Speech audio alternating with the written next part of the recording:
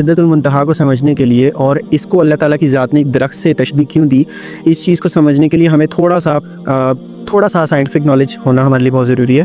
और ये जो कॉस्मोलॉजी है, ज़ाहिर डेफिनेटली हम सारे लोग इतनी सोच नहीं रखते कि हम वो सारी चीज़ें ग्रैस्प कर सकें या समझ सकें। तो थोड़ा बहुत बैकग्राउंड नॉलेज के लिए, जो कि मैंने भी स्टडी किया, तो वो मैं आपसे शेयर कर देता हूँ। बैकग्राउंड नॉलेज के लिए मैं आपसे शेयर करता हूँ कि अल्लाह ताला की ज़ात ने जो भी क्रिएशन बनाई है सिमिलर पैटर्न पे बनाई है। मतलब एक एग्जांपल के लिए आप ले लें, जैसे ह्यूमन बॉडी है, तो फ्रॉग की बॉडी भी आपको शायद पता हो कि हम जब डायसेक्शन हम लोगों को सिखाई जाती थी साइंस में, बायोलॉजी में, उसके अंदर हम लोगों को फ्रॉग के साथ पहले एक्सपेरिमेंट कराया जाता था। उसकी रीज़न ये है कि फ्रॉग की छोटी सी, यानी मेंढक एक छोटी सी जो क्रिएशन है, उसका भी सिमिलर पैटर्न ह्यूमन बॉडी के साथ है।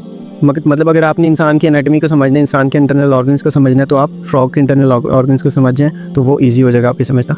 इसी तरह अल्लाह ताला ने दूसरी तरह से भी, एक तो ये मैंने एक नॉर्मल इंटरनल क्रिएशन की बात की, एक छोटी से छोटी क्रिएशन के ऊपर भी चले जाए तो अल्लाह की ज़ात ने सारी क्रिएशंस का एक ही पैटर्न रखा है, बहुत खूबसूरत पैटर्न है।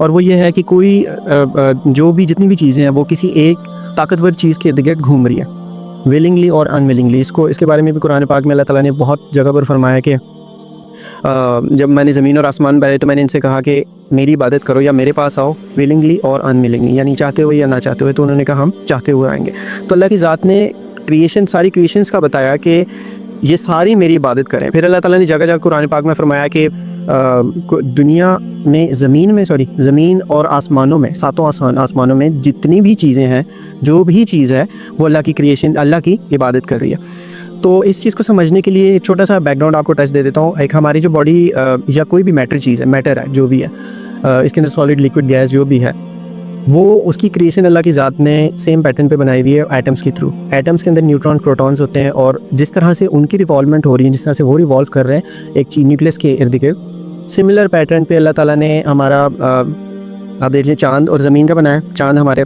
रिवॉल्व कर रहे हैं ज़मीन को, फिर ज़मीन और चाँद दोनों मिलकर सूरज को रिवॉल्व कर रहे हैं, सूरज के इर्द गिर्द रिवॉल्व कर रहे हैं उसी पैटर्न पे। और फिर जो हमारा सूरज है, इसी तरह के बहुत सारे मिलियंस ऑफ स्टार्स हैं, बेसिकली सूरज स्टार है। तो इस तरह के मिलियंस ऑफ स्टार्स जो हैं, एक हमारी जो मिल्की वे गैलेक्सी, एक हमारी जो गैलेक्सी है, उसके इर्द गिर्द, उसके अंदर एक ब्लैक होल के इर्द गिर्द उसी पैटर्न पे तवाफ़ कर रही है। तो सुभान अल्लाह। अल्लाह की इसी तरह हम देखें, अगर हम इबादत करते हैं, हमारी इबादत के अंदर जो ये हज और उम्रा का कॉन्सेप्ट है, इसके अंदर हम देखें कि हम खाना काबा के इर्द गिर्द तवाफ़ करते हैं, हर रोज़ उसकी तरफ सजदा करते हैं अल्लाह ताला की ज़ात को।